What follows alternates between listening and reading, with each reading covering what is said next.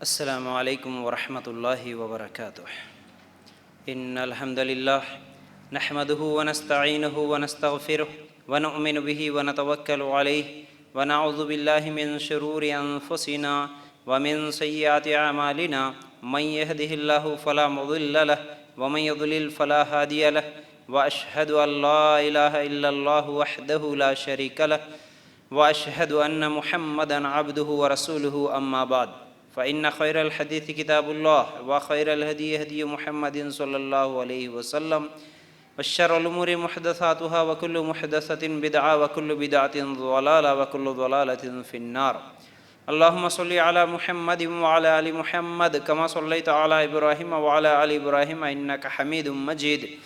اللهم بارك على محمد وعلى آل محمد كما باركت على إبراهيم وعلى آل إبراهيم إنك حميد مجيد. وقال الله تبارك وتعالى في قرآن المجيد: يا أيها الذين آمنوا اتقوا الله حق تقاته ولا تموتن إلا وأنتم مسلمون. رب اشرح لي صدري ويسر لي أمري واحلل عقدة من لساني يفقهوا قولي. ہر قسم کی تعریف، حمد و ثنا، کبریائی اور بڑائی اس اللہ رب العزت کے لیے ہیں جو تمام جہانوں کا پالنے والا رب ہے، اور اسی طرح اس کے آخری نبی محمد رسول اللہ صلی اللہ علیہ وسلم پر بے شمار درود و سلام. حمد و ثنا کے بعد آج میں آپ لوگوں کے سامنے نفس کا تزکیہ کیسے کریں اس عنوان کے تحت کچھ باتیں قرآن و سنت کی روشنی میں انشاءاللہ رکھنے کی کوشش کروں گا. تو عام طور پر جس طرح ہم تقاریر سنتے ہیں یہ تھوڑا اہم ہے اور سمجھنے کی ضرورت ہے. اور جیسا کہ نفس کا تزکیہ کیسے کریں، تو اس میں کچھ علمی باتیں بھی ہیں. آپ کو اگر سمجھ میں نہ آئے تو بعد میں سوال کر لینا، لیکن غور سے سنیں گے تو باتیں سمجھ میں آئیں گی، ورنہ نہیں. تو دیکھیے، نفس کا تزکیہ کیسے کریں یہ اور اہم بھی ہے اور ضروری بھی ہے ہر انسان کے لیے کہ وہ اپنے نفس کا تزکیہ کرتے رہیں. اب یہ نفس کیا ہے، تزکیہ کیا ہے، یہ تمام چیزیں آگے آ رہی ہے. تو بہرحال تمہیدی طور پر کچھ باتیں میں آپ لوگوں کے سامنے رکھنا چاہتا ہوں. وہ یہ ہے کہ انسان کے اندر اللہ تعالیٰ راحت اور لذت کی طلب کو رکھ دیا. انسان کے اندر لذت کی طلب ہے اور راحت کی طلب ہے. اگر یہ دو چیزیں انسان کی پیدائش کا ایک مقصد بھی ہے، انسان کی تخلیق کا ایک مقصد بھی ہے. اگر انسان کے اندر راحت کی طلب نہ ہو اور لذت کی طلب نہ ہو تو پھر وہ انسان کے پیدائش کا مقصد ہی پورا نہیں ہوتا. دنیا میں ہم دیکھتے ہیں نا، کھانے کی لذت ہے اور اسی طرح پینے کی لذت ہے، اسی طرح آرام کرنے میں لذت ہے، ہر چیز میں لذت ہے، راحت ہے. رات کو ہم آرام کرتے ہیں، سو جاتے ہیں، تھوڑی دیر بیٹھتے ہیں کام کرنے کے بعد، یہ تمام چیزیں راحت ہے. تو راحت کی بھی انسان کو ضرورت ہے اور لذت کی بھی انسان کو ضرورت ہے. تو اگر یہ دو چیزیں نہ ہو تو پھر انسان جہنم کے بارے میں سن کے کوئی جہنم سے نہیں ڈرے گا اور برائیوں سے نہیں رکے گا. راحت ہی نہیں ہے بھائی تو کیا ضرورت ہے. پھر اسی طرح اگر لذت ہی نہیں ہے تو جنت کی تم کتنی بھی نعمتیں بتاؤ، جنت ایسی ہے، جنت میں کھانے کو یہ ملے گا، پینے کو یہ ملے گا، آپ کچھ بھی بولو، وہ جنت کے لیے کچھ عمل ہی نہیں کر پاتا اگر اس کے اندر لذت کی طلب نہ ہو. تو یاد رکھو، دنیا میں بھی جیسا کہ کھانے پینے کے لیے، نکاح کے لیے دوڑ دھوپ کرتا ہے، ایک دوسرے کے کام کرتا ہے، ایک دوسرے کے کام آتا ہے، یہ تمام چیزیں ختم ہو جاتی ہے اگر انسان کے اندر راحت نہ ہو، لذت کی طلب نہ ہو. اگر لذت ہی نہیں ہے تو پھر کام کیوں کریں، راحت ہی نہیں ہے، سکون ہی نہیں ہے تو پھر محنت کیوں کریں، نکاح کیوں کریں، بچے کیوں، یہ تمام چیزیں ایک دوسرے کے لیے میاں بیوی کی کیا ضرورت ہے. تو بہرحال اگر راحت اور لذت یہ دو چیزیں نہیں ہے تو پھر انسان کی زندگی ہی بیکار ہے. تو اسی لیے اللہ تعالیٰ انسان کو جب بنایا تو یہ دو چیزیں، راحت بھی اور لذت کی طلب بھی اس کے اندر رکھ دیا ہے. لیکن اگر یہی راحت کی طلب اور لذت کی طلب اگر حد کو پار کر جائے تو پھر انسان کے لیے نقصان دہ ہے.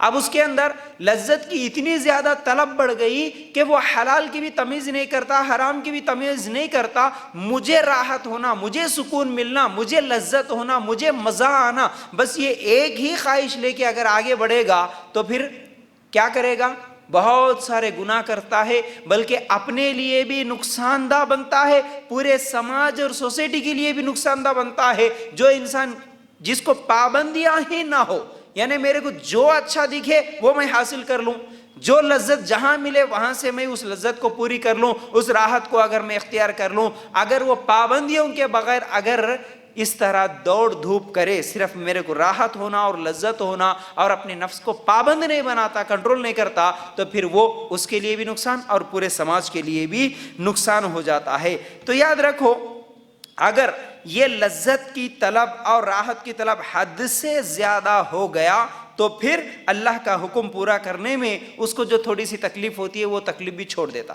اگر یہ حد میں رہے تو ٹھیک ہے، حد پار کر دیا تو پھر وہ کچھ بھی نہیں کرتا، وہ اللہ کی راہ میں تھوڑی بھی تکلیف اٹھانا برداشت نہیں کرتا، نہ نماز پڑھتا ہے، نہ روزہ رکھتا ہے، نہ پھر زکوٰۃ دیتا ہے، نہ حج کرتا ہے، کوئی بھی عبادت نہیں کرتا اگر وہ حد کو پار کر لے اس کے خواہشات۔ تو یاد رکھ لو، اللہ تعالیٰ نے کچھ چیزیں اسی لیے حرام کیا ہے، کچھ چیزیں حلال بھی کیا ہے، جیسا کہ پانی پینا حلال ہے، شربت پینا حلال ہے، لیکن اسی جگہ اگر شراب پینا ہے تو اس کو اللہ تعالیٰ نے حرام کیا ہے۔ تو اگر کوئی انسان نہیں بھائی اس میں لذت ہے، اب پانی میں بھی لذت ہے، شربت میں بھی لذت ہے، شراب میں بھی لذت ہے، لیکن وہ شراب پی جائے، لیکن اللہ تعالیٰ نے پہلے ہی بتا دیا یہ تیرے لیے حرام ہے، کیونکہ یہ تیرے لیے بھی نقصان دہ ہے اور پورے سماج اور سوسائٹی کے لیے بھی یہ نقصان دہ ہے، تو اللہ تعالیٰ نے وہاں پر حد لگایا۔ کوئی انسان اب لذت کی طلب میں حلال حرام کو چھوڑ دے، پھر وہ پورے سماج کے لیے نقصان دہ بنتا ہے، اس کے اپنے لیے بھی نقصان اٹھانے والا بنتا ہے۔ تو یاد رکھو، ہمارا نفس جو ہے نا، یہ اصل میں ایک نادان بچے کی طرح ہے، ہمارا نفس نادان بچے کی طرح بھی ہے، تو دوسری طرف جنگلی جانور کی طرح بھی ہے۔ یہ نفس کو کنٹرول میں کرنا ہے۔ اگر انسان کیا ہے، یہ لذت کے، یہ اس کا نفس جو ہے نا، ہر لذت کے پیچھے دوڑتا ہے، جہاں اسے لذت محسوس ہوتی ہے کہ وہاں جانے سے، وہ کام کرنے سے مجھے لذت ملتی ہے، تو اس کے پیچھے دوڑتا ہے، اللہ کے پابندیوں سے بھاگنے کی کوشش کرتا ہے نفس، ہے نا۔ کئی ایسے کام ہوتے ہیں جو حرام ہوتے ہیں، لیکن ہمارا نفس بولتا کرو کرو، کرنا ہے کرنا ہے، یہ بھی کرنا ہے، تھوڑا کر لیے تو کیا ہوا، ایک بار کر لیے تو کیا ہوا۔ اس طرح جو ہمارا نفس ابھارتا ہے نا، تو یہ اللہ کے پابندیوں سے آگے بڑھنا چاہتا ہے اور اس کے پیچھے دوڑتا ہے۔ تو اگر یہ اللہ کی پابندیوں سے آگے بڑھ کر تمام لذتوں کو حاصل کرنے لگ جائے تو پھر یہ پورے سماج کے لیے اور بلکہ پوری زمین میں فساد برپا ہوگا۔ جو اپنے نفس کو پابند نہیں بناتا، پوری زمین میں فساد پھیلاتا ہے۔ تو نفس کی آزادیوں کو پابندیوں میں تبدیل کرنے کا نام ہی اسلام ہے۔ اسلام کیا ہے؟ اسلام اور مسلمان، میں اس سے پہلے بتایا مسلمان کسے کہتے ہیں، تو سمجھ، مسلمان وہ ہے جو اپنے خواہشات کو خوشی کے ساتھ اللہ کے حوالے کر دینے والا مسلمان ہے۔ لیکن اب جہاں میں خواہشات کے پیچھے ہی چل جاؤں، اللہ تعالیٰ دل میں خواہش رکھا، لیکن ان خواہشات کی آزادیوں کو اللہ کی پابندیوں میں لے کے آنا، یہی تو اسلام ہے۔ پابند بن جانا اللہ کے حکم کا، اللہ کے قانون کا پابند بن جانا، اسی کو مسلمان کہتے ہیں۔ تو یاد رکھو، دیکھیے، انسان یا تو اللہ کا غلام بنتا ہے، یا نہیں تو نفس کا غلام بنتا ہے۔ پورے دنیا میں جو بھی انسان ہے، اس کی زندگی میں غلامی ہے ہی ہے، یا تو وہ اللہ کا غلام بنے گا یا نفس کا غلام بنے گا۔ اللہ کا غلام بن گیا تو پھر وہ مومن ہوگا، مسلمان ہوگا، جنت میں جائے گا۔ لیکن اگر وہ نفس کا غلام بن جائے، میرا نفس جو کہے وہ میں کروں گا، میری مرضی جو کہے وہ میں کر لوں گا، میرے خواہشات کے مطابق میں زندگی گزار لوں گا، مجھے جو اچھا لگے وہ میں کر لوں گا، اللہ کی بات نہیں مانوں گا، تو پھر وہ جہنمی بنے گا۔ سمجھ رہے نا؟ تو یاد رکھو، اس کے انسان کی زندگی میں غلامی ہے، تو نفس کی غلامی کر لے کے جہنمی بننے سے بہتر ہے اللہ کا غلام بن کر ہمیشہ کا جنتی بنے، یہ اس کے لیے بہتر ہے۔ تو یاد رکھو، اللہ تعالیٰ، دیکھیے اصل میں قرآن میں کیا فرماتا ہے، یہ بھی چند آیت میں رکھوں گا، لیکن انسان کیا سمجھتا ہے اس دنیا میں بھی کہ مجھے آزاد رہنا چاہیے، مجھے آزادی چاہیے، ہے نا، مجھے آزادی میں، مجھے کئی جگہ پر وہ دیکھنے میں بھی ملتے نا کہ میری زندگی میری مرضی۔ کئی مرتبہ میں بولتا ہوں یہ باتیں، میری زندگی بھائی، میں آزاد جینا چاہتا ہوں، میرے اوپر کسی کی پابندی کی کیا ضرورت ہے، میں کسی کی بات کیوں سنوں، اپنی مرضی کی میں زندگی گزاروں گا، اپنے خواہش کے مطابق میں زندگی گزاروں گا۔ آزاد رہنا چاہتا ہے آج ہر انسان، آزاد، نہ ماں باپ کی پابندی مجھ پر ہو، نہ بڑوں کی ہو، نہ حکومت کی ہو، نہ اللہ کی ہو، کسی کی پابندی نہیں ہونا، میری زندگی میری مرضی میں ایسے ہی زندگی گزاروں گا۔ تھوڑی دیر کے لیے سوچنا، اگر کسی آدمی کو ایک کچرے کے ڈبے کے پاس، ایک کچرے کے ڈھیر کے پاس جا کے اگر چھوڑ دے اور اس کو بولے جا اب یہاں تو آزاد ہے، جو چاہے کر، کیا کر لے گا وہ؟ کچرے کے ڈبے کے پاس، کچرے کے ڈھیر کے پاس اگر اس کو آزادی دے دی جائے، اس میں جو چاہے لے، جو کھانا ہے کھا لے، جو پینا ہے پی لے، جیسی مرضی زندگی گزار لے، وہ کیا کر لے گا؟ لیکن اگر اسی کو جنت میں آزادی ملے، یہ دنیا کیا ہے؟ ایک کچرے کے ڈبے کی طرح ہے، اس میں کیا ہے؟ 50 60 سال 70 80 سال کی زندگی ہے، اس میں کیا آزادی چاہتا ہے؟ اس میں کیا اپنی منمانی زندگی گزارنا چاہتا ہے؟ اللہ تعالیٰ تیرے لیے بنایا نا آزاد زندگی گزارنے کے لیے جنت، تیرے اپنی خواہشات کے مطابق زندگی گزارنے کے لیے تو اللہ تعالیٰ جنت بنایا۔ جب جنت میں جائے گا، اس دنیا میں تھوڑی سی تکلیف اٹھا کر اللہ کی پابندیوں کے مطابق اپنی نفسانی خواہشات کو کچل کے تھوڑے دن کی زندگی گزار لے، جنت میں آزادی دے گا اللہ تعالیٰ، ہمیشہ کی زندگی، خوشی کی زندگی، اپنی منمانی زندگی، جو مرضی میں آیا وہ کھا لے، جو مرضی میں آیا وہ پی لے، جیسا مرضی میں آیا ویسا زندگی گزار لے۔ اللہ جنت میں آزادی دینا چاہتا ہے ہمارے کو، ہم اس دنیا میں آزاد رہنا چاہتے ہیں۔ نہیں، اللہ دنیا میں ہم کو جنت آنکھوں سے نہیں دکھتی نا، اس لیے ہم کیا بولتے ہیں؟ دنیا میں آزاد رہنا چاہتا ہوں، اپنی مرضی کی زندگی گزارنا چاہتا ہوں۔ اللہ اکبر! نہیں، ہم دنیا میں اللہ کے پابند بنے تو اللہ جنت میں ہم کو آزادی دے گا، یاد رکھو۔ تو بہرحال ہم قرآن نکال کر دیکھیں گے، سورہ فرقان کی آیت نمبر 43 میں اللہ تعالیٰ فرماتے ہیں اَرَأَيْتَ مَنِ اتَّخَذَ إِلَٰهَهُ هَوَىٰ، اللہ تعالیٰ فرماتے ہیں کیا آپ نے اسے بھی دیکھا جو اپنے خواہش نفس کو اپنا معبود بنائے ہوئے ہیں؟ دیکھیے، یہ آیت میں کئی مرتبہ سمجھایا، لیکن بار بار سمجھنے کی ضرورت ہے، انتہائی اہم آیت ہے یہ۔ اَرَأَيْتَ مَنِ اتَّخَذَ إِلَٰهَهُ هَوَىٰ، ہم بولے نا لا الہ الا اللہ، وہی الہ کا لفظ اس آیت میں آیا۔ اللہ تعالیٰ فرماتے ہیں کہ آپ نے اسے دیکھا جو اپنے خواہش نفس کو الہ بنایا، معبود بنایا، حالانکہ ہم کلمہ میں پڑھے اللہ تیرے علاوہ کوئی الہ نہیں، کوئی معبود نہیں، یہ پڑھ کے تو ہم مسلمان ہوئے، لیکن اللہ تعالیٰ بول رہے نہیں، کچھ لوگ ایسے ہیں جو اپنے نفس کو معبود بنا لیے، میرا نفس جو چاہے وہ میں کروں گا، میری مرضی جو چاہے وہ میں کروں گا، میری خواہش جو چاہے وہ میں کروں گا۔ تو اللہ کی نظر میں ایسا آدمی بھی مشرک ہے۔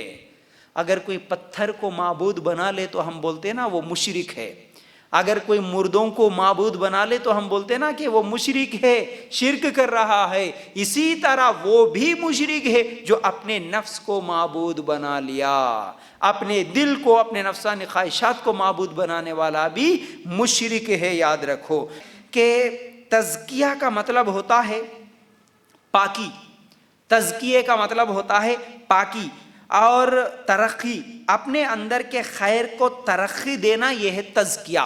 تزکیہ کا مطلب ہوتا ہے اپنے اندر کے اچھائی کو، اپنے اندر کی خیر کو بڑھانا، ترقی دینا، یہ ہے تزکیہ۔ تو خیر کو ترقی دینا اور شر کے جذبات کو کنٹرول میں کرنا، بریک لگانا، روکنا، یہ ہے اصل میں تزکیہ۔ تزکیہ نفس، اپنے نفس کے اندر، اپنے جسم کے اندر جتنے بھی خیر ہے اس خیر کو، اچھائی کو بڑھاتے رہنا، ترقی دیتے رہنا، اور شر کے جذبات کو، برائیوں کو، برے خیالات کو ہم اپنے اندر کے اس بری چیز کو کنٹرول میں رکھنا، دبانا، کچلنا، بریک کرنا، یہ ہے تزکیہ نفس۔ یاد رکھو، جیسا کہ گاڑی چلاتے نا، گاڑی چلانے والوں کو معلوم ہوتا ہے کہ گاڑی چلاتے وقت گاڑی میں دو چیزیں ہوتی ہیں، ہر گاڑی میں، چاہے بائک ہو، چاہے فور ویلر ہو، کار ہو، کوئی سی بھی چیز ہو، دو چیزیں ہوتی ہیں۔ ایک ہوتا ہے ایکسیلیٹر، اگر اس کو آپ دبائیں گے تو پھر گاڑی آگے بھاگتی ہے، اور دوسری چیز ہوتی ہے بریک، اگر بریک دبائیں گے تو گاڑی رکتی ہے۔ اگر کوئی یہ کہے کہ نہیں جی مجھے آگے جانا ہے نا، تو آگے جانے کے لیے ایکسیلیٹر کی ضرورت ہے، اس لیے میں ایکسیلیٹر دوں گا، لیکن بریک کی مجھے ضرورت نہیں ہے، تو پھر وہ آگے ایکسیڈنٹ کرے گا، نہیں نہیں نہیں، تجھے آگے بڑھنا ہے، لیکن کچھ جگہوں پر بریک بھی لگانا پڑتا، کچھ جگہ پر تجھے رکنا بھی پڑتا ہے، ورنہ ایکسیڈنٹ ہو جائے گا، مر جائے گا۔ تو یاد رکھو اسی طرح نفس کے اندر بھی تیرے کو آگے بڑھنا ہے، خیر اور کیا ہے، لذت کی طلب تیرے اندر ہے، راحت کی طلب تیرے اندر ہے، چیزیں بھی نظر آ رہی ہے، لیکن ان کو کیا کرنا ہے، صرف آگے ہی بڑھانا نہیں ہے، آزاد چھوڑ دینا نہیں ہے، تجھے رکنا بھی ہے، تجھے کنٹرول بھی کرنا ہے۔ جیسے گاڑی کے اندر بریک کی ضرورت ہوتی ہے، اسی طرح انسان کے اندر اللہ کے پابندیوں کے آگے نہ بڑھنے کے لیے ہم بھی ان خواہشات کو بریک لگانا انتہائی اہم اور ضروری ہوتا ہے، ٹھیک ہے۔ اچھا یاد رکھو، اب ایک اور آیت دیکھیں گے، سورہ حشر آیت نمبر 18، اللہ تعالیٰ کیا فرماتے ہیں، یا ایھا الذین آمنوا اتقوا اللہ ولتنظر نفس ما قدمت لغد واتقوا اللہ ان اللہ خبیر بما تعملون۔ اے ایمان والو، اللہ سے ڈرتے رہو اور ہر شخص دیکھ لے کہ کل کے واسطے اس نے کیا بھیجا ہے، اور اللہ سے ڈرتے رہو، اللہ تمہارے سب اعمال سے باخبر ہے۔ کیا بول رہے اللہ تعالیٰ اس آیت کے اندر، اے ایمان والو، ایمان والوں کو یہ اللہ تعالیٰ حکم دے رہے، مسلمانوں کو یہ حکم ہے، اے ایمان والو جو کلمہ پڑھے، جو مسلمان ہوئے، تمہارے لیے کیا ہے یہ اللہ کا حکم، تم بھی اللہ سے ڈرتے رہو۔ اور یہ مت سوچو کہ ہم کلمہ پڑھ لیے تو جنت میں چلے جائیں گے، نہیں نہیں نہیں، کلمہ پڑھنے کے بعد بھی اللہ سے ڈرتے رہو۔ کیوں؟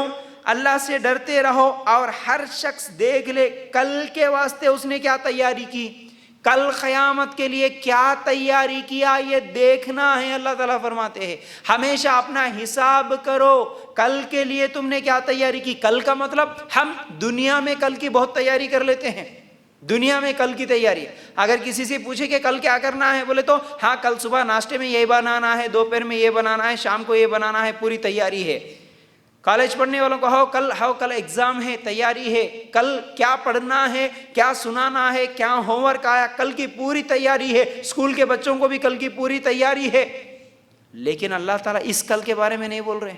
اللہ تعالیٰ جو اس آیت میں ہمیں حکم دے رہے، کل آنے والا کل، جو مرنے کے بعد دوسری زندگی میں جاتے نا، تم دوسری دنیا میں جاتے نا، وہ قیامت کا کل ہے۔ اس کل کے لیے تم نے کیا تیاری کی، اس کے بارے میں اللہ تعالیٰ یہاں پر ہم لوگوں کو یاد دلا رہے کہ ہر انسان یہ سوچتے رہیں، یہ فکر کرتے رہیں کہ تم نے کل کے لیے کیا تیاری کی ہے۔ بڑے افسوس کے ساتھ کہنا پڑتا ہے، آج یہ آیتیں اللہ تعالیٰ قرآن میں ہم لوگوں کو بتا کے انسان کی نصیحت کرتا ہے جگہ جگہ پر، لیکن ہم اتنے بھلا دیے ان آیاتوں کو، دین کو ہی اتنا بھلا دیے، ہم کل ایک چیز آنے والی ہے، قیامت کا دن آنے والا ہے، اسی کو بھلا دیے ہم، اس کی کوئی تیاری نہیں ہوتی۔ آج صبح سے لے کر شام تک، شام کو سو گئے پھر صبح تک، اگر 24 گھنٹے کی زندگی دیکھے، کتنے لوگ ہوتے ہوں گے جو قیامت کے بارے میں بھی فکر کر کے ہر دن میں کل کے لیے یہ تیاری کر رہا ہوں یا کر رہی ہوں بولنے والے کتنے لوگ ہیں؟ ہاں بھائی، ہر دن کم از کم زبان سے بولنے والے قیامت کے دن کے لیے یہ میری آج کی تیاری ہے، یہ محنت ہے، بولنے والے کتنے ہیں، فکر کرنے والے کتنے ہیں؟ ہم اس کو بالکل بھلا بیٹھے۔ ہاں ہم کو یہ دنیا کے لیے کل کی بھی تیاری ہے، پرسوں کی تیاری ہے، آنے والے 1 سال کی تیاری ہے، آنے والے 10 سال کی بھی تیاری ہے ابھی سے ہماری۔ 10 سال کے بعد بچوں کی شادی کرنا ہے، 10 سال کے بعد گھر بنانا ہے، 10 سال کے بعد کیا ہے، پوتوں کی یہ کرنا ہے، ان کے لیے زمین یہاں پر خرید کے رکھا، ان کے لیے جائیداد یہاں پر خرید کے رکھا۔ آنے والے 10 سال 20 سال بلکہ مرتے دم تک کی تیاری ہمارے پاس ہے، لیکن وہ کل قیامت کا، اس کے لیے کیا تیاری ہے؟ اگر کسی سے پوچھے اس کے لیے کیا تیاری کرے قیامت کے دن کے لیے، کوئی جواب نہیں ہے ہمارے پاس، کوئی جواب نہیں ہے، وہ یاد ہی نہیں آتا ہم کو وہ قیامت کا دن۔ یاد رکھو، تو اللہ تعالیٰ اس آیت میں ہم لوگوں کو کل کی فکر کرنے کا حکم دے رہے ہیں، یعنی قیامت کی فکر۔ تو حقیقی مسلمان وہی ہے جو قیامت کے دن کی، کل کی فکر کرتا ہے۔ اس آیت میں اللہ تعالیٰ نے ہر مسلمان کو اپنے نفس کا محاسبہ کرنے کا حکم دیا، یہ ابن تیمیہ رحمۃ اللہ علیہ فرماتے ہیں۔ ہر مسلمان کو اپنے نفس کا حساب لینا ہے، کیا تیاری کرے، آج کیا عمل کرے، یہ حکم اصل میں اللہ تعالیٰ دے رہے ہیں۔ تو یاد رکھو، عمر رضی اللہ تعالیٰ عنہ کہتے تھے، تم تم اپنے نفسوں کا حساب لو اس سے پہلے کہ تم سے اس کا حساب لیا جائے. اللہ اکبر. تم اپنے نفسوں کا حساب لو ابھی سے. کب؟ اس دن کے آنے سے پہلے کہ نفس سے حساب لیا جائے گا. نفس سے حساب لیا جائے گا. ہاں تو یاد رکھنا یہ کتنی بڑی اہم بات ہے. اپنے نفسوں کا حساب لو اس سے پہلے کہ تم سے اس کا حساب لیا جائے گا. جب اللہ تعالیٰ پوچھیں گے نا نفس کے بارے میں، کیا کیا، کیا دیکھا، کیا پکڑا، کہ کدھر چلا، اس نفس کے ساتھ کیا کیا گناہ کیا، اس نفس کے بارے میں حساب کرے اس سے پہلے ہم خود اگر ابھی سے اس کا حساب لینے والے بنے، آج میں کہاں جا رہا ہوں، کیا بول رہا ہوں، کیا دیکھ رہا ہوں، کیا سن رہا ہوں، یہ حساب لینا آج ہمارے لیے ضروری ہے. تو نفس کیا ہے؟ دیکھیے قرآن میں اللہ تعالیٰ 3 طرح کا نفس اس کے تعلق سے اللہ تعالیٰ نے بیان کیا. کیا ہے؟ نفس 3 طرح کا ہوتا ہے. قرآن کی دلیل کے ساتھ میں آپ لوگوں کے سامنے رکھتا ہوں. تھوڑی سی کیا ہے، علمی بات ہے لیکن سمجھنے کی کوشش کریں.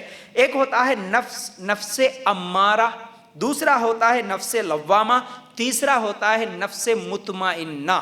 اس میں پہلی چیز ہوتی ہے نفس امارہ. سورہ یوسف آیت نمبر 53 اللہ تعالیٰ فرماتے ہیں وَمَا أُبَرِّئُ نَفْسِي إِنَّ النَّفْسَ لَأَمَّارَةٌ بِالسُّوءِ إِلَّا مَا رَحِمَ رَبِّي إِنَّ رَبِّي غَفُورٌ رَحِيمٌ. میں اپنے نفس کی پاکیزگی بیان نہیں کرتا، بے شک نفس تو برائی پر ابھارنے والا ہی ہے، مگر یہ کہ میرا پروردگار ہی اپنا رحم کرے، یقیناً میرا پالنے والا بڑی بخشش کرنے والا اور بہت مہربانی فرمانے والا ہے. اس آیت میں اللہ تعالیٰ نفس امارہ کا ذکر کیا. نفس امارہ کیا ہے؟ کہ یہ نفس برائی کی طرف ابھارنے والا ہوتا ہے. پہلا انسان کے اندر جو نفس ہوتا ہے نا 3 طرح کا ہوتا ہے. ایک کون سا؟ جو برائی کی طرف ابھارنے والا نفس ہوتا ہے. اور دوسرا نفس لوامہ کون سا ہوتا ہے؟ سورہ قیامہ آیت نمبر 2 کے حساب سے وَلَا أُقْسِمُ بِالنَّفْسِ اللَّوَّامَةِ، اور قسم کھاتا ہوں اس نفس کی جو ملامت کرنے والا ہے. دوسرا نفس ملامت کرتا. ملامت کا مطلب کیا ہے؟ شرمندگی. ٹھیک ہے. پھر اسی طرح تیسرا نفس جس کا ذکر اللہ تعالیٰ سورہ فجر کی آیت نمبر 27 میں فرماتا ہے یا ایتھا النفس المطمئنہ، اے اطمینان والے نفس، اے اطمینان والے روح. اب دیکھو 3 طرح کا نفس میں نے جو کہا، پہلے تو ایک نفس ہوتا ہے جو انسان کو برائی کی طرف ابھارتا ہے، کھینچتا ہے. کہیں پر کوئی ڈرامہ دیکھا، کہیں پر کوئی ڈانس دیکھا، کہیں پر کوئی ناچ دیکھا، کہیں پر کوئی گندی چیز دیکھی، موبائل میں کوئی چیز دیکھا، تو ہر طرف، یا پھر کون سی بھی ایسی، کوئی شراب کو دیکھا، کوئی پھر کیا ہے سود کی طرف چلے گیا، کون سی بھی ایسی چیز پہلے دیکھتے ہی ایک نفس کہتا ہے ہمارے اندر ارے چلو جی کھا لیں گے، چلو جائیں گے، چلو. یہ نفس امارہ ہے جو پہلے برائی کو دیکھا تو برائی کی طرف کھینچنے والا. ہم بھی وہاں جاتے تو اچھا تھا، ہم بھی ویسا چلتے تو اچھا تھا، ہم بھی وہ کھاتے تو اچھا تھا، ہم بھی ویسا گھومے تو اچھا تھا. برائی کی طرف کھینچنے والا نفس پہلا ہے. دوسرا ہے ملامت کرتا، شرمندگی کا احساس دلاتا. اب فوراً جیسے ہی برائی کا خیال آیا دوسرا نفس کیا بولتا دل کے اندر سے، نہیں وہ گندا کام ہے نا، نہیں وہ برا کام ہے نا، نہیں وہ گناہ کا کام ہے نا، ہم ایسے بے شرم بے حیا ہو کے نہیں جا سکتے نا، یہ حرام ہے نا، یہ ہم نہیں کھا سکتے نا، وہاں جانے سے شرم آتی نا، وہاں جانے سے ڈر لگتا نا. یہ دوسرا نفس ہے جو انسان کو شرمندگی دلاتا، شرمندگی کا احساس دلاتا. پھر تیسرا نفس ہے نفس مطمئنہ جو برائیوں سے پاک ہو کر ایمان پر، عبادات پر، دین کے پابندیوں پر مطمئن ہو جاتا. مطلب برائی کا خیال آیا، ملامت کرنے والا نفس بھی ملامت کرا، اب وہ سوچ کے نہیں اب یہ کام میں نہیں کروں گا بول کے مطمئن ہو جاتا. اس برائی کو چھوڑ کر، وہ خواہشات کو کچل کر، ان نفسانی خواہشات کو کنٹرول میں کر کے، دبا کے، ان برائیوں کو چھوڑ کے مطمئن ہو جاتا. کس پر مطمئن ہوتا؟ ایمان پر مطمئن ہو جانا، اسلام پر مطمئن ہو جانا، دین کے پابندیوں پر مطمئن ہو جاتا. یہ نفس مطمئنہ ہے. تو بہرحال اس کے نتیجے میں جب وہ انسان برائیوں سے پاک ہو کر کیا ہے خواہشات کو کچل کر جب اچھائی پر، ایمان پر مطمئن ہو جاتا، اللہ تعالیٰ اس کے بدلے میں ہی اس کو جنت بھی دیتا ہے، اللہ تعالیٰ راضی ہو جاتا ہے۔ تو بہرحال کسی بھی بات کو اپنانے کا معیار نفس ہوتا ہے، اچھی چیز ہو یا بری چیز ہو، اس کو اپنانا ہے تو پہلی چیز اس کا معیار نفس ہوتا ہے۔ نفس کو اگر اچھا لگا تو وہ کر لینے کا دل کرتا ہے، اگر نفس بولتا ہے کہ یہ برا ہے نہیں کرنا تو پھر انسان وہ عمل نہیں کر لیتا ہے۔ تو یاد رکھو سفر اصل میں شروع ہوا کہاں سے؟ نفس امارہ سے سفر شروع ہوا، بعد میں لوامہ ملامت کرتا ہے، بعد میں مطمئن ہو جاتا ہے، یہاں تک پہنچ جاتا ہے۔ تو ہمیشہ آدمی چوکنا رہنا چاہیے کہ میرا دن آج کیسے گزرا، میرا دن آج کیسے گزرا، ہمیشہ انسان سوچتا رہے۔ اللہ کے رسول صلی اللہ علیہ وسلم نے فرمایا سمجھدار وہ ہے جو اپنے نفس کا حساب کرتا آنے والی زندگی کے لیے عمل کرتا ہے۔ ترمذی کی روایت۔ کیا؟ اپنے نفس کا روزانہ حساب کرتے ہوئے آنے والی زندگی قیامت کے لیے عمل کرنے والا، نیکی کرنے والا، یہ اصل میں سمجھدار انسان ہے۔ تو کیسے کرنا؟ اب یہ نفس کو کیسے کنٹرول کرنا، اس نفس کے ان خواہشات کو کیسے کچلنا؟ یاد رکھو تاجر جو ہوتا نا، تجارت کرنے والا، بزنس کرنے والا، دکان چلانے والا جو ہوتا، وہ کیا کرتا؟ روزانہ شام کو جیسے ہی دکان بند کرتا، دکان بند کرنے سے پہلے حساب کر لیتا ہے، یا پھر کچھ لوگ ایک مہینے کو ایک مہینہ حساب کر لیتے ہیں، اور کچھ لوگ سال میں ایک مرتبہ حساب کر لیتے ہیں، یعنی کہ میں کتنا کمایا، کتنا جمایا، کتنا خرچ کیا۔ میں کوئی چیز لے کے آیا تو پہلے مجھے بزنس کرنے کے لیے پیسوں کی ضرورت ہوتی ہے، مجھے خرچ کرنا پڑتا ہے، میں خرچ کیا، ایک چیز خریدا، پھر اس کو بیچا، بیچنے کے بعد مجھے پروفٹ کتنا آیا، وہ ہمیشہ حساب کرتے رہتا۔ اسی طرح انسان بھی عمل سے پہلے یہ سوچے کہ میرا ہاتھ، میرا پیر گواہی دینے والا ہے۔ اب کیسے؟ جیسے دکان کا حساب کرے ویسا ہی اپنا بھی حساب کرنا ہے کہ کل قیامت کے دن یہ میرا ہاتھ گواہی دینے والا، میرے پیر بھی گواہی دینے والے، میرے آنکھ بھی گواہی دینے والے، میرے جسم کی یہ چمڑی بھی گواہی دینے والی ہے۔ تو تم کون سا بھی عمل کرو، برائیاں بہت ہے، برائیوں کی طرف بلانے والے بھی بہت ہے۔ تو جب برائی کی طرف جیسے ہی نفس امارہ ادھر کھینچے، فوراً یہ سوچنا کہ قیامت کے دن اللہ پوچھنے والا ہے، میرے ہاتھ بھی گواہی دیں گے اگر میں ان ہاتھوں سے کوئی برا کام کیا تو۔ پہلے یہ سوچنا، پھر اس کے بعد عمل سے پہلے یہ سوچنا کہ اب کروں یا نہ کروں، کیونکہ یہ جواب تو دیں گے قیامت کے دن۔ ٹھیک ہے، اب عمل کر لیے، اچھا یا برا عمل کر لیے، عمل کے بعد یہ سوچے کہ یہ کام نیکی کا تھا یا برائی کا۔ عمل ہو گیا، کون سا بھی کام کر لیے، اب سوچنا کہ پھر وہ اچھا تھا یا برا تھا۔ اگر نیکی ہے لیکن اگر پوری نہیں ہوئی، مکمل نہیں کر پایا، نماز پڑھا لیکن مکمل نہیں پڑھا، اچھے طریقے سے نہیں پڑھا، توجہ کے ساتھ نہیں پڑھ سکا، تو پھر اسے اور اچھے طریقے سے پڑھنے کی کوشش کرے۔ اگر برائی ہوئی ہے تو فوراً یہ ارادہ کر لے کہ آئندہ میں نہیں کروں گا، آئندہ میں یہ نہیں کروں گا۔ یہ ہے نفس کا حساب کرنے کا طریقہ۔ ہر عمل سے پہلے کون سے فنکشن میں جانا، کون سے مجلس میں جانا، کون سی پارٹی میں جانا، کیا کرنا، جانے سے پہلے یہ سوچے کہ یہ ہاتھ، یہ پیر، یہ سب گواہی دینے والے، جاؤں یا نہ جاؤں۔ اسی طرح اگر کہیں پر چلے گئے، کوئی عمل ہو گیا ہم سے، اب سوچنا کہ یہ اچھا تھا یا برا تھا۔ اگر عمل اچھا تھا تو یہ سوچنا کہ اچھا تھا لیکن کیا مکمل اچھا ہوا؟ نہیں ہوا، تھوڑی سی کمی رہ گئی، تو انشاءاللہ آئندہ اس سے بھی اچھا کرنے کی کوشش کروں گا۔ لیکن برا تھا تو فوراً توبہ کر لینا، اللہ یہ غلطی ہو گئی، آئندہ یہ نہیں کروں گا۔ اس طرح ہر عمل کے بعد ہم لوگ سوچیں گے تو پھر ہم برائیوں سے بچ سکتے ہیں، ہاں گناہوں سے بچ سکتے ہیں۔ تو بہرحال سوچے، اگر ٹھیک ہے کوئی اچھا بھی عمل نہیں کرے، برائی بھی نہیں کرے، کوئی اچھا بھی عمل نہیں کرے، برائی بھی نہیں کرے، تو پھر کیا سوچے؟ یہ سوچنا کہ میں یہ جو ٹائم پاس کرانا، نہ گناہ کیا نہ نیکی کیا، تو اس ٹائم میں، اس وقت میں میں کوئی اچھا کام بھی تو کر سکتا تھا، کوئی سبحان اللہ بھی تو پڑھ سکتا تھا، الحمدللہ بھی تو بول سکتا تھا، قرآن بھی تو سن سکتا تھا، قرآن بھی تو پڑھ سکتا تھا، کوئی اچھا کام بھی تو کر سکتا تھا نا اس وقت میں۔ تو یاد رکھو یہ ذہن میں ہونا ضروری ہے۔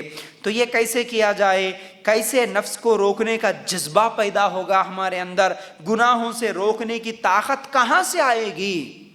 یہ بولنا ہے تو یہ بولنا بھی کوئی معمولی بات نہیں ہے کہ روزانہ حساب کرنا، برائی سے پہلے یہ سوچنا کہ قیامت کے دن جواب دینا ہے، برائی کے بعد توبہ کرنا کہ آئندہ ایسا نہیں کروں گا۔ یہ جذبہ کہاں سے آئے گا؟ یہ طاقت کہاں سے آئے گی ہمارے اندر؟ کہاں سے لے کے آئے؟ اس لیے اکثر لوگ بولتے نا نہیں جی ہم تو کوشش کرتے ہیں، ہمارے دل میں ارادہ ہوتا ہے کہ وہ گناہ نہیں کرنا بول کے، لیکن پتہ نہیں وہ جب وقت آ جاتا ہے تو کر لیتے ہیں، کنٹرول نہیں ہوتا۔ پھر بعد میں افسوس ہوتا ہے، ارے میں یہ کیوں کیا، نہیں کرنا تھا، یہ غلطی ہو گئی، پھر افسوس ہوتا، رونا آتا، توبہ کر لیتے، لیکن پھر جب وہ وقت آ جاتا ہے برائی کا تو پھر کر لیتے ہیں۔ ایسا کئی لوگوں کا سوال ہوتا ہے۔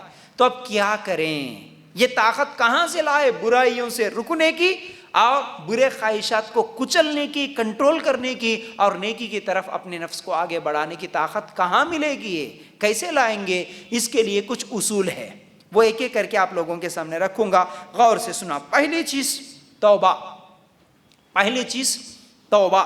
نفس کی پاکی، نفس کا تزکیہ کیسے کریں؟ توبہ کرنا ہے۔ کیسے؟ دیکھیے اللہ کے رسول صلی اللہ علیہ وسلم نے فرمایا جب بندہ کوئی گناہ کرتا تو دل پر اس کا کالا دھبا لگ جاتا ہے، جب وہ استغفار کرتا ہے، توبہ کرتا ہے تو اللہ تعالیٰ اسے کیا ہے مطلب اس کا دل ٹھیک ہو جاتا، وہ دھبا دھل جاتا ہے۔ اگر پھر گناہ کرے دھبا اضافہ ہو جاتا، وہ گناہ دل پر چھا جاتا اور کالا ہو جاتا، ترمذی کی روایت کے مطابق۔ مطلب کیا ہے؟ اگر کوئی انسان گناہ کر لیا تو دل پہ کالا دھبا لگ گیا، اگر وہ فوراً توبہ کر لیا یاد آنے کے بعد تو وہ دھبا دھل جاتا ہے۔ لیکن توبہ نہیں کیا، گناہ کر لیا، پھر ارے کیا ہوا بھائی، ہاں اور کبھی موقع ملا تو اور ایک گناہ کر لیا، اور موقع ملا تو اور ایک گناہ پہ گناہ کرتا گیا تو پھر اس کا دل پورا کالا ہو جاتا، ترمذی کی روایت کے مطابق۔ تو یاد رکھو دل پر جب دھبا لگتا ہے تو پھر ہدایت اندر نہیں جاتی، دل پہ جب دھبا لگ جاتا ہے نا تو ہدایت اندر نہیں جاتی۔ قرآن سنتا، بیان سنتا، لیکن دل نرم نہیں ہوتا، یاد رکھو۔ اسی لیے بہت سارے لوگ بولتے ہیں نا ان کو کتنی بھی مرتبہ سمجھاؤ، کتنا بھی بولو۔ آج تو میرے پاس تو اتنے سوالات آتے ہیں اس کو لے کر کہ نہیں جی ہمارا شوہر، خاص طور سے عورتیں سوال کرتی ہے، ہمارا شوہر یا ہمارا بچہ، ہمارا بیٹا، خاص طور سے شوہروں کے تعلق سے کہ ہمارے شوہر تو ایسے ہیں دین کی بات سننا بھی پسند نہیں کرتے، کئی ایسے گناہ کر لیتے ہیں، ان کو گناہوں کے تعلق سے ڈرانے کی کوشش کرتے ہیں تو وہ ڈرتے نہیں، کبھی کم از کم بولنے کی ہم کوشش کرتے ہیں تو سننا پسند نہیں کرتے، کبھی کم از کم کوئی موبائل میں تقریر لگا کے دے دیتے ہیں کہ آج یہ تو بھی سنو بولے تو اس کو نکال کے پھینک دیتے ہیں، کبھی نہ اجتماع میں جاتے ہیں، نہ بیان سنتے ہیں، نہ مسجد میں جاتے ہیں، نہ عالم کے ساتھ بیٹھتے ہیں، نہ کسی سے عالم کے ساتھ بات کرتے ہیں، بری صحبتیں۔ یہ سب چیزیں کیوں ہوتی ہے؟ کیونکہ گناہ کر کر کے جب اس کا دل کالا ہو جاتا ہے نا، ہدایت اب اس کے اندر نہیں جاتی، ہدایت اس کے اندر نہیں جاتی۔ آپ لاکھ قرآن سناؤ، پورے گھر والے نمازی بن کے نماز پڑھتے ہیں لیکن وہ اکیلا جا کے باہر بیٹھتا، بے نمازی نماز نہیں پڑھتا۔ پورے گھر والے کیا ہے تقریریں سنے، بیانات کو جائے، اجتماع میں جائے، وہ اکیلا رہتا لیکن وہ نہیں سنتا، ہزار مرتبہ کوشش کرو اس کو سنانے کی لیکن نہیں سنتا۔ کیوں؟ اس کا دل کالا ہو جاتا۔ کالا کیوں ہوا؟ وہ گناہ کر کے اپنے دل کو کالا بنا لیا۔ وہ اگر توبہ کرتا نا تو پھر اللہ تعالیٰ اس کے گناہوں کو دھو دیتا، لیکن وہ توبہ ہی نہیں کرتا، وہ اللہ سے معافی ہی نہیں مانگتا، مطلب اپنے دل کو دھونا ہی نہیں چاہتا نا وہ۔ جیسا کہ ہدایت اندر کون سی بھی چیز ہو بھائی، جیسا کہ ایک باٹل لے لیے ہم، اگر اس باٹل کو ڈھکن لگا کے رکھیے اور اس کے اوپر سے پانی ڈالتے رہے، کیا وہ پانی اندر جائے گا؟ نہیں جائے گا، ڈھکن تو کھولنا پڑتا نا پہلے۔ اسی طرح یہ دل کے ڈھکن کو کھولنا پڑتا، اللہ تیری ہدایت میرے دل کے اندر جائے، کچھ اثر کرے تو وہ ڈھکن تو کھلا رکھے پہلے۔ اب وہ ڈھکن کھلا ہی نہیں، گناہ کر کے اس کو بند کر کے رکھ لیا تو اب اس کے اندر ہدایت نہیں جاتی۔ اب قرآن سناؤ سمجھ میں نہیں آتا، حدیث سناؤ سمجھ میں نہیں آتا۔ اور یہی لوگ جن کے دل پتھر بن جاتے ہیں، کالے بن جاتے ہیں، وہ جب دعا کرتے ہیں تو پھر رونا بھی نہیں آتا، اللہ کے ڈر سے نہ روتے ہیں، اللہ کے ڈر سے نہ کبھی ڈرتے ہیں، نہ خوف ہوتا ہے، نہ اللہ کا ذکر کرتے ہیں تو لذت ملتی ہے ان کو۔ اللہ کا ذکر کرتے ہوئے کوئی خوشی نہیں ہوتی، کوئی لذت نہیں ہوتی، کوئی سکون نہیں ہوتا۔ اسی لیے ہم دیکھتے ہیں کئی لوگ جمعہ کے دن بھی جاتے ہیں، نماز پڑھ کے فوراً نکل کے بھاگ کے آ جاتے ہیں، نہ دعا کرتے ہیں نہ اللہ کا ذکر کرتے ہیں، نہ 2 رکعت سنت پڑھتے ہیں، نہ نفل پڑھتے ہیں۔ کیوں ایسے ہوتا معلوم ہے؟ یہ لوگ بڑی کانٹوں پہ آتے ہیں مسجد کو، 2 رکعت پڑھ لیتے ہیں، بھاگ جاتے ہیں۔ اجتماعات میں بھی کئی لوگ آتے ہیں، لیکن آتے ہیں خالی بس سن لیتے ہیں، ادھر ادھر دیکھ لیتے ہیں، چلے جاتے ہیں، ان کے دل پہ ذرہ برابر اثر نہیں ہوتا۔ کیوں نہیں ہوتا؟ دعائیں کریں لیکن دل کبھی نرم نہیں ہوا، کبھی رونا نہیں آیا، نماز پڑھے کبھی رونا نہیں آیا، دل سخت ہو گیا۔ کیوں ہوا ایسے؟ گناہ کر کر کے دل ایسے کالا بن جاتا ہے۔ تو یاد رکھو، تو یہ دل کا سخت ہونا بڑی خطرناک چیز ہے۔ تو توبہ کریں گے تو پھر اللہ تعالیٰ کیا ہے، وہ گناہوں کو دھو دیتا ہے۔ توبہ کے تعلق سے اگر ہم سورہ فرقان آیت نمبر 70 اگر نکال کر دیکھیں، اللہ تعالیٰ فرماتے ہیں اِلَّا مَن تَابَ وَآمَنَ وَعَمِلَ عَمَلًا صَالِحًا فَأُولَٰئِكَ يُبَدِّلُ اللَّهُ سَيِّئَاتِهِمْ حَسَنَاتٍ وَكَانَ اللَّهُ غَفُورًا رَحِيمًا۔ سوائے ان لوگوں کے، اللہ تعالیٰ کیا فرماتے ہیں؟ سوائے ان لوگوں کے جو توبہ کریں اور ایمان لائے اور نیک کام کریں، ایسے لوگوں کے گناہوں کو اللہ تعالیٰ نیکیوں میں بدل دیتا ہے۔ ایسے لوگوں کے گناہوں کو اللہ تعالیٰ نیکیوں سے بدل دیتا ہے۔ اللہ بخشنے والا، مہربان کرنے والا ہے، مہربانی کرنے والا ہے۔ تو اللہ تعالیٰ کی رحمت تو کیسی ہے، اللہ تعالیٰ کیسا مہربانی کرنے والا ہے کہ اگر گناہ کر لیے کوئی بات نہیں، ٹھیک ہے، بہت گناہ ہو گئے، زندگی میں نماز نہیں پڑھا، زندگی میں کیا ہے قرآن نہیں پڑھا، گناہ پہ گناہ کر کے چلے گیا، تو کیا جب اس کا دل کالا ہو گیا تو کیا کبھی اس کو ہدایت نہیں ملتی؟ کیا کبھی وہ سدھرتا نہیں؟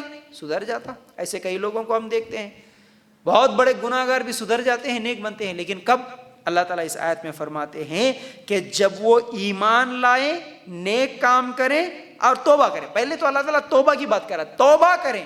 گناہ کرے ہوں گے 50 سال 60 70 سال گناہ پہ گناہ، لیکن اتنے گناہوں کے بعد اگر ایک مرتبہ بھی وہ سچے دل سے توبہ کر لیں، اللہ سے معافی مانگ لے، ایمان لائیں، پھر اس کے بعد نیک اعمال کرے، اللہ اس کے 50 سال کے گناہوں کو نیکیوں میں تبدیل کر دیتا ہوں، بول رہا ہوں۔ تو یہ اللہ کی رحمت ہے۔ لیکن آج سچے توبہ کرنے والے کی ضرورت ہے۔ اللہ تعالیٰ زبردستی کسی کے دل میں ہدایت نہیں ڈالتا، جب اس کے اندر تڑپ ہو ہدایت کی، میں سدھرنا چاہتا ہوں، میں نیک بننا چاہتا ہوں، میں گناہ چھوڑنا چاہتا ہوں، اس ارادے سے تو کوئی توبہ کرے تو اللہ تعالیٰ اس کو ہدایت کے دروازے کھول دیتا۔ لیکن جو چاہتا ہی نہیں، اللہ تعالیٰ اس کو زبردستی ہدایت پہ نہیں لاتا، سیدھے راستے پہ نہیں لاتا، یاد رکھو۔ اسی طرح دوسری چیز، پہلی چیز تو میں بتایا توبہ کرنا ہے، ٹھیک ہے، یہ سب چیزیں ابھی 1 2 3 4 کر کے میں ایک آپ لوگوں کے سامنے رکھ رہا ہوں۔ یہ سب چیزیں کیا ہے؟ ہمارے اندر وہ طاقت جو گناہوں سے رکنے کی طاقت، نیکی کا جذبہ پیدا کرنے کی طاقت اور اپنے نفس کو کنٹرول کرنے کی طاقت کہاں سے آئے گی؟ پہلے توبہ کرنے سے۔ دوسرا ہے دیندار کی صحبت اختیار کرنے سے، دینداروں کی صحبت۔ اللہ اکبر۔ اللہ کے رسول صلی اللہ علیہ وسلم نے کیا فرمایا؟ اسی لیے کہ ہر آدمی اپنے دوست کے دین پر ہوتا ہے، اس لیے دوستی کرنے سے پہلے دیکھو تم کس سے دوستی کر رہے ہو۔ اللہ کے رسول صلی اللہ علیہ وسلم لمبی حدیث ہے، مثال بھی دیے، لوہار کی مثال دیے، عطر بیچنے والے کی مثال دے کے بولے اگر عطر بیچنے والا جو عطر بیچتا ہے نا، خوشبو بیچتا ہے، اگر اس سے آپ صحبت کریں گے تو کم از کم یا تو فری میں مل جائے گا کبھی تھوڑا، یا نہیں تو اس کے پاس جتنی دیر بیٹھیں گے خوشبو سونگھنے کو تو بھی مل جاتی ہے آپ کو۔ لیکن اگر لوہار سے صحبت کریں گے تو انگار کے کھڑے آپ کے جسم کو یا آپ کے کپڑوں کو جلا دے گی۔ اسی طرح تم دوستی کرو، اگر دینداروں کے ساتھ دوستی کرو گے، اجتماعات میں جانے والوں کے ساتھ دوستی کرو گے، اثر ضرور ہوتا ہے، دل نرم ہوتا ہے۔ پہلے بے نمازی تھے لیکن دینداروں کے ساتھ صحبت کر کے دیکھو نمازی بن جاؤ گے۔ پہلے فیشن پرستی بے حیا گھومنے والے تھے لیکن دینداروں سے صحبت کر کے دیکھو تو دیندار بن جائیں گے، باپردہ بن جائیں گے۔ یہ دوستی کا اثر ہوتا ہے، اسی لیے اللہ کے رسول صلی اللہ علیہ وسلم نے فرمایا نیک لوگوں کی صحبت کرنے سے تو کیا ہوتا ہے کہ وہ آدمی بھی نیک بن جاتا ہے۔ تو نبیوں کے بعد علماء کی ذمہ داری ہے، کوئی آدمی اپنا علاج کرے تو نقصان ہو جاتا ہے، اس لیے کیا کرے؟ علماء کی صحبت میں بیٹھنا یا دیندار دوستوں کی صحبت میں بیٹھنا، سہیلیوں کی صحبت میں بیٹھنا۔ اس کے لیے اگر آپ دلیل بھی دیکھنا چاہیں تو سورہ آل عمران آیت نمبر 164 میں بھی اللہ تعالیٰ ہمارے نبی محمد صلی اللہ علیہ وسلم کے تعلق سے کہا کہ یہ تزکیہ کرنے والے ہیں۔ تو صحابہ کا تزکیہ اللہ کے رسول صلی اللہ علیہ وسلم نے کیا۔ تو سمجھو دو چیزیں ہو گئی۔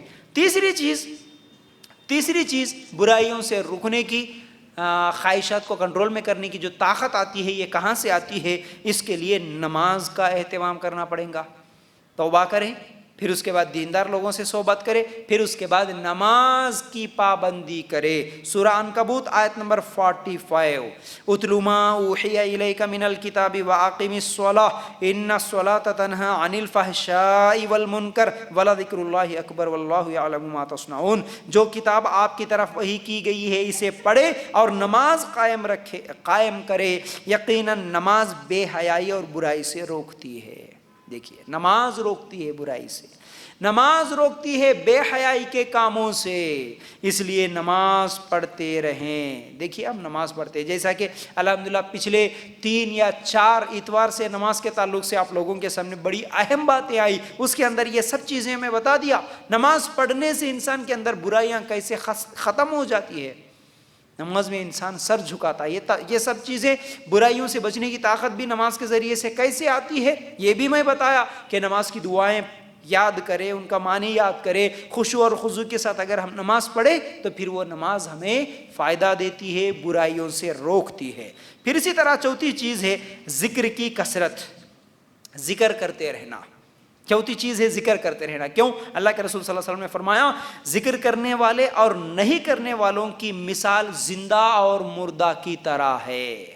کرنے والے زندہ، نہ کرنے والے مردوں کی طرح ہے، اس لیے اللہ کا ذکر کرتے رہا کرو۔ ابو درداء رضی اللہ تعالیٰ عنہ کہتے ہیں ہر چیز کو صاف کرنے والی ایک چیز ہوتی ہے، دلوں کے لیے روشن کرنے والی، صفائی کرنے والی اللہ کا ذکر ہے۔ دیکھیے صحابہ کیا کہتے ہیں، ہر چیز کو صاف کرنے والی ایک چیز ہوتی ہے۔ جیسا کہ ہم جانتے ہیں دنیا میں گھروں کو صاف کرنے کے لیے جھاڑو کی ضرورت ہے، کپڑوں کو صاف کرنے کے لیے سرف اور صابن کی ضرورت ہے، جسم کو صاف کرنے کے لیے صابن کی ضرورت ہے۔ ہر چیز کو صاف کرنے والی ایک چیز ہوتی ہے، لیکن دلوں کو صاف کرنے والی چیز اللہ کا ذکر ہے۔ اللہ اکبر۔ دل کی صفائی، پچھلے ہفتے یہ بھی ٹاپک آپ لوگوں کے سامنے گزرا، دلوں کو کیسے صاف کرے۔ اللہ کا ذکر کرو، سبحان اللہ پڑھو، الحمدللہ پڑھو، پھر اسی طرح جتنے بھی اذکار ہیں، لا الہ الا اللہ پڑھو، اللہ اکبر پڑھو، سبحان اللہ و بحمدہ پڑھو۔ جب بھی خالی اوقات ہے، سفر میں ہے، کھانا کھا رہے، کھانا بنا رہے، کھانا کھاتے وقت تو بول نہیں سکتے لیکن کھانا بنا رہے، کالج کو جا رہے، اسکول کو جا رہے، یہ تمام اوقات میں اگر ہم ذکر کرتے رہے، ذکر کرنے والے بنے تو پھر ہمارا دل پاک و صاف ہو جاتا ہے، اور جب دل پاک و صاف ہوتا ہے تو وہ دل برائیوں کی طرف نہیں ابھارتا۔ ٹھیک ہے نا؟ تو یاد رکھو، ابن تیمیہ رحمت اللہ علیہ فرماتے ہیں آدمی کے دل کے لیے ذکر ایسی چیز ہے جیسے مچھلی کے لیے پانی۔ دل کے لیے ذکر ایسی چیز ہے جیسے مچھلی کے لیے پانی، پانی کے بغیر مچھلی زندہ نہیں رہ سکتی، اسی طرح ذکر کے بغیر بھی دل زندہ نہیں رہ سکتا، یہ بھی مردہ بن جاتا۔ پھر جس دل میں اللہ کا ذکر ہی نہ ہو، اللہ کی یاد ہی نہ ہو، اللہ کی بات ہی نہ ہو، اس دل کو پھر مردہ کہہ سکتے ہیں، وہ مردہ ہو چکا ہے۔ اسی لیے اس کے اوپر کوئی اثر نہیں ہوتا، قرآن و سنت کی بات اثر نہیں ہوتی، بیان، تقریریں، علماء کی باتیں کچھ بھی اثر نہیں ہوتی، اسی لیے کیونکہ اس کا دل مردہ ہو چکا ہے۔ یاد رکھو، تو ہمیشہ ذکر کرتے رہیں۔ پھر اسی طرح یاد رکھیں پانچویں چیز تزکیہ نفس کیسے کریں، اس کے لیے پانچویں چیز یہ ہے قرآن کا مطالعہ کرنا۔ قرآن کا مطالعہ کرنا، یاد رکھو ہم قرآن پڑھتے ہیں لیکن قرآن کا مطالعہ نہیں کرتے۔ قرآن پڑھنا الگ ہے، تلاوت کر رہے ہیں بھائی، اس کا ثواب ملتا ہے ہم کو، حروفوں پہ، ایک ایک حروف پہ 10 نیکیاں ملی، لیکن اس کا مطالعہ کرنا، اس پہ غور کرنا، اس پہ فکر کرنا، کون سی آیت ہے، کون سا واقعہ ہے، کون سے نبی کا ہے، اللہ تعالیٰ نے یہ حکم کیوں دیا، کون سے قوم پہ عذاب آیا، قیامت کا ذکر کہاں ہے، جہنم کا عذاب کیسا ہے، یہ سب چیزیں قرآن میں موجود ہے، تو اس میں غور کرنا، قرآن ترجمے کے ساتھ پڑھنا۔ قرآن ایک مشرک کو مومن کی فہرست میں لا کھڑا کرتی ہے، اسے گندگی سے پاک کرتی ہے۔ تو جنت جہنم کی آیات کہاں ہیں، پچھلے واقعات، پچھلے قوموں کے ساتھ کیا ہوا، یہ سب چیزیں اگر ہم لوگ پڑھیں گے، سمجھیں گے تو ہمارے دل نرم ہو جاتے ہیں۔ ہمارے دل نرم ہو جاتے ہیں، دنیا کی گندگی سے دور ہوتے ہیں، دین کی طرف قریب کرتی ہیں یہ سب چیزیں۔ اس لیے قرآن کا مطالعہ کریں، قرآن کو غور سے پڑھیں، سمجھنے کی کوشش کریں۔ سورہ یونس آیت نمبر 57، اس آیت میں اللہ تعالیٰ فرماتے ہیں یا ایھا الناس قد جاءتکم موعظۃ من ربکم وشفاء لما فی الصدور وہدی ورحمۃ للمؤمنین، اے لوگو تمہارے پاس تمہارے رب کی طرف سے ایک ایسی چیز آئی ہے جو نصیحت ہے، اور دلوں میں جو بیماری ہے ان کے لیے شفا ہے اور رہنمائی کرنے والی ہے۔ دیکھو دلوں کی بیماریوں کے لیے شفا اللہ تعالیٰ قرآن کو بنایا، اس لیے قرآن پڑھو، قرآن سمجھو، قرآن ترجمے کے ساتھ پڑھو تو انشاءاللہ بہت زیادہ علم بھی حاصل ہوگا، برائیوں سے بھی بچیں گے، گناہوں سے بھی بچیں گے، ٹھیک ہے۔ پھر اسی طرح چھٹویں چیز ہے اپنے آپ کا محاسبہ کرنا، اپنے آپ سے بھی ہم چند سوالات کرنا، اپنی غلطیوں کی اصلاح کرنا، اپنے آپ سے بھی بات کرنا کہ میں کیا کر رہا ہوں، میں کہاں جا رہا ہوں، میں کیسی زندگی گزار رہا ہوں، اپنا حساب کرتے ہوئے اپنے آپ کو ڈانٹنا، جیسے کہ ہمارے صحابہ کرتے تھے۔ ابو بکر صدیق رضی اللہ تعالیٰ عنہ اپنی زبان پکڑ کر کھینچتے اور بولتے کہ تیری وجہ سے جہنم میں جانا پڑتا، اپنے آپ سے سوال کرتے۔ عمر رضی اللہ تعالیٰ عنہ ابو بکر صدیق رضی اللہ تعالیٰ عنہ کے تعلق سے آتا نا کہ وہ اپنا ہاتھ آگ کے قریب کرتے ہیں، آگ کے قریب کرتے، اور جب بہت زیادہ تکلیف ہوتی تو پیچھے ہٹاتے اور کہتے اے ہاتھ، اے جسم، تو یہ دنیا کی آگ کو برداشت نہیں کر رہا ہے، جہنم کی آگ کو کیسا برداشت کرے گا؟ تو یہ ہمارے صحابہ تھے جو اپنے آپ سے سوال کرتے تھے، اپنے جسم کو روکتے تھے برائیوں سے۔ تو یاد رکھو اس طرح ہم کو بھی کیا ہے اپنے آپ کا محاسبہ کرنا ہے۔ پھر اسی طرح ساتویں چیز روزے کے ذریعے سے پابند بنانا ہے، روزہ رکھنا، نفل روزے۔ اللہ کے رسول صلی اللہ علیہ وسلم نے فرمایا ایک تو فرض روزے ہے ہی ہے، اس کے ساتھ ساتھ جب ہم نفل بھی روزے رکھیں گے تو انسان برائیوں سے رک سکتا ہے۔ کیسے؟ اللہ کے رسول صلی اللہ علیہ وسلم نے فرمایا اے نوجوانوں، تم میں جو شادی کی طاقت رکھتا ہو وہ شادی کر لیں، اگر شادی کی طاقت نہیں رکھتا تو وہ روزہ رکھ لے، کیونکہ روزہ انسان کے اندر کیا ہے؟ برائیوں کو، شہوات کو کچلنے کا ایک ذریعہ ہے، برائیوں سے بچے گا انسان روزہ رکھنے سے۔ تو بہرحال اپنے آپ کو روکنا یا رکنا شہوات سے، بھوک پیاس سے، اسی لیے تو روزہ ہے نا۔ روزے میں کیا کرتے ہیں ہم؟ بھوک پیاس سے رکتے ہیں، صوم کا مطلب ہی رکنا ہوتا ہے، بھوک اور پیاس سے رکتے ہیں، شہوات سے رکتے ہیں۔ یہ روکنے کا، کنٹرول کرنے کا جذبہ، حلال چیزوں سے بھی رکنے کا جذبہ روزے کے ذریعے سے آتا۔ جب روزے کے ذریعے سے حلال چیزوں سے رکے، باقی دنوں میں حرام چیزوں سے بھی روکنے کی طاقت آتی ہے، اسی لیے تو روزہ رکھا گیا۔ اللہ تعالیٰ نے رمضان کے پورے روزے رکھنے کا حکم جو دیا اسی لیے تاکہ ہمارے نفس کا تزکیہ ہو، ہم خود برائیوں سے بچنے والے بنے، ہمارے اندر اللہ کا ڈر ہو، ٹھیک ہے۔ 8ویں چیز ہے مخلوقات اور حالات کی تبدیلی میں غور کرنا۔ مخلوقات میں تزکیہ نفس کیسے کریں گے؟ مخلوقات میں، پوری کائنات میں غور کرنا۔ دیکھیے چوپایا جو ہوتا ہے، ایک بیل جو ہوتا ہے، ایک اونٹ جو ہوتا ہے، اتنا بڑا جانور، ہاتھی بھی جو ہوتی ہے، اتنے بڑے جانور، لیکن اس کے مقابلے میں انسان چھوٹا اور کمزور، لیکن جیسے انسان اشارے کرتا ہے ویسے اتنا بڑا جانور سن لیتا ہے، اس کی بات مان لیتا ہے۔ تو یہ کیسے ہوا؟ اللہ تعالیٰ نے اس کو یہ طاقت دیا، اللہ تعالیٰ نے اس کو پابند بنایا، ٹھیک ہے نا۔ یہ کیسے ہوا؟ اللہ کی طرف سے ہوا۔ اسی طرح سورج ایک پابندی کے ساتھ نکل رہا ہے، ایک پابندی کے ساتھ وقت میں غروب ہو رہا ہے، اپنی مرضی سے، جب چاہے طلوع نہیں ہوتا، جب چاہے غروب نہیں ہوتا۔ بارش بھی اللہ کی پابند ہے، ہوائیں بھی اللہ کی پابند ہے، درخت بھی اللہ کے پابند ہے، سمندر بھی اللہ کی پابند ہے۔ اگر یہ پابند نہ ہوتے، ایک مرتبہ اگر سمندر کا پانی باہر آ جائے پوری دنیا غرق ہو جاتی ہے۔ تو جب پوری کائنات پابندی کے ساتھ چل رہی ہے، میں اکیلا بغیر پابندی کی زندگی گزار لوں تو پھر یہ نافرمانی نہیں ہوگی۔ ہم کو سوچنا ہے، حالات کی تبدیلی پر غور کرنا ہے۔ آج کیا ہوا؟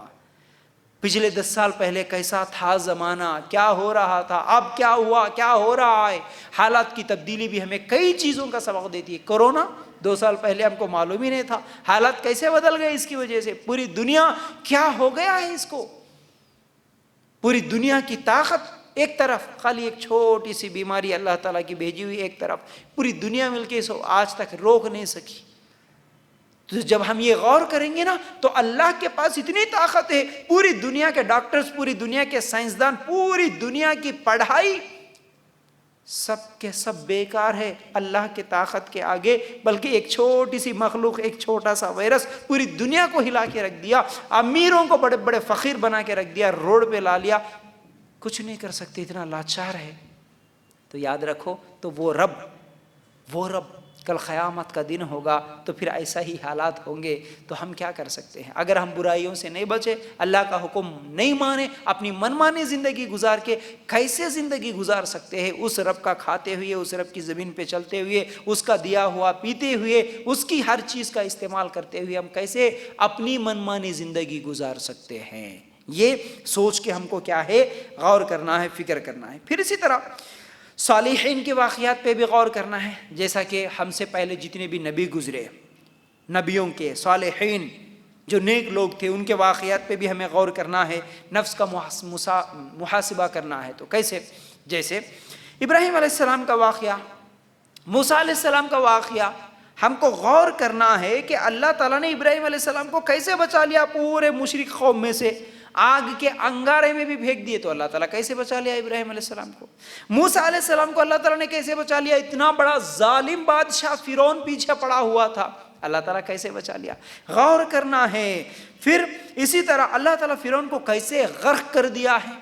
پھر اسی طرح ایوب علیہ السلام کی اتنی بڑی بیماری تھی, اللہ تعالیٰ اتنے دن ان کو بیماری دے کے پھر اس بیماری سے کیسا شفا دیا اللہ تعالیٰ. زکریہ علیہ السلام کو اتنے سال تک, بڑھاپے تک اللہ تعالیٰ اولاد نہیں دیا, لیکن بڑھاپے میں اللہ تعالیٰ کیسے اولاد دیا.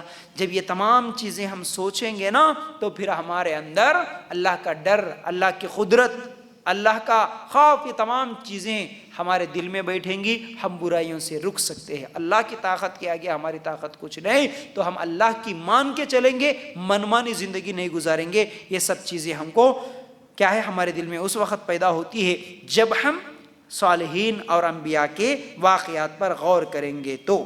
ٹھیک ہے. اسی طرح دعا بھی کرتے رہنا, ہمیشہ دعا بھی کرتے رہنا. ہم چاہے لاکھ کوششیں کریں, اگر اللہ نہ چاہے تو کچھ بھی نہیں ہوگا, اس لیے دعا بھی کرتے رہنا.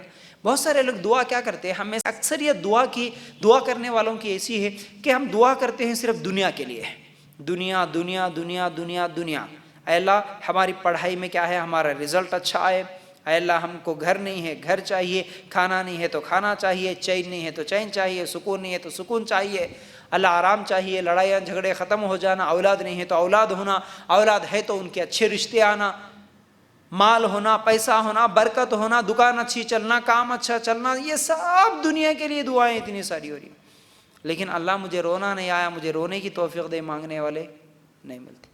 اللہ مجھے تیرے ڈر سے, تیرے تعلق سے ڈر نہیں ہو رہا, اللہ میرے دل میں ڈر پیدا کر, بولنے والے نہیں. اللہ برائیوں کی طرف میرا دل کھینچ رہا ہے بار بار, اللہ ان برائیوں سے بچنے کی مجھے توفیق دے دے, یہ مانگنے والے نہیں. اللہ میں فجر کے لیے نہیں جاگ پا رہا ہوں, نہیں اٹھ پا رہا ہوں, اللہ مجھے نماز پڑھنے کی توفیق دے دے, بولنے والے بہت کم ہیں. کہاں ہے دعائیں ہماری؟ کیسی دعائیں صحابہ مانگتے تھے اور ہماری دعاؤں میں کیا, اور وہ اثر بھی نہیں ہے. وہ دعا کرنے کا طریقہ ہم کو نہیں معلوم, دعا کب قبول ہوتی نہیں معلوم, دعا کیسے کرنا نہیں معلوم, یہ سب چیزیں نہیں معلوم. بس ایک روٹین میں جو چل رہا ہے چل رہا ہے. ماحول معاشرے کو دیکھے, امی کیسا پڑھتے تھے, ابا کیسا پڑھتے تھے, بازو والے کیسا کرتے تھے, ہم ان کو دیکھ لیے, ان کے جیسا چلنا شروع کر دیے, بس اتنا ہی. دین کیا ہے, دعا کیا ہے, صحیح طریقہ کیا ہے, نماز کا صحیح طریقہ, دعا کا صحیح طریقہ, اسلام کیا ہے, قرآن کیا ہے, یہ معلوم کرنے کا ہمارے پاس ٹائم ہی نہیں ہے. ہر آدمی بزی ہے, ہر آدمی بزی ہے. تو یاد رکھو, دعائیں کرتے رہنا. جب بھی ہمارے ساتھ, میں سے پہلے بھی بولا, ہمارے ساتھ جب بھی کوئی غلطی ہوگی ہم کو تو اس کا احساس نہیں ہوگا. اکثر لوگوں کو ہوتا ہے, لیکن کچھ لوگ ایسے ہوتے ہیں گناہوں کے عادی بن جاتے ہیں, ان کو گناہ ہی نہیں لگتا. ٹھیک ہے.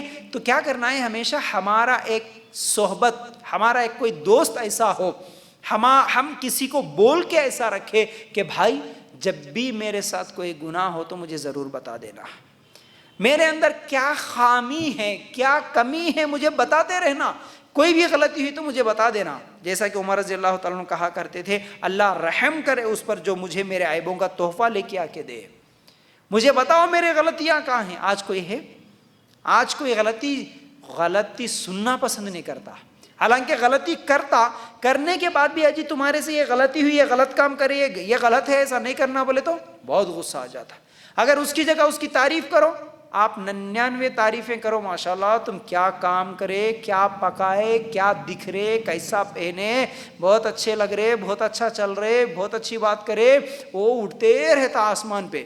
اتنے پوری تعریف کرنے کے بعد وہ ایک غلطی کرے، جی ایسا نہیں بولنا تھا، بولے تو تم کون جی میرے کو میری غلطی بولنے والے، اتنے بڑے ہو گئے تم میری غلطی بولتے.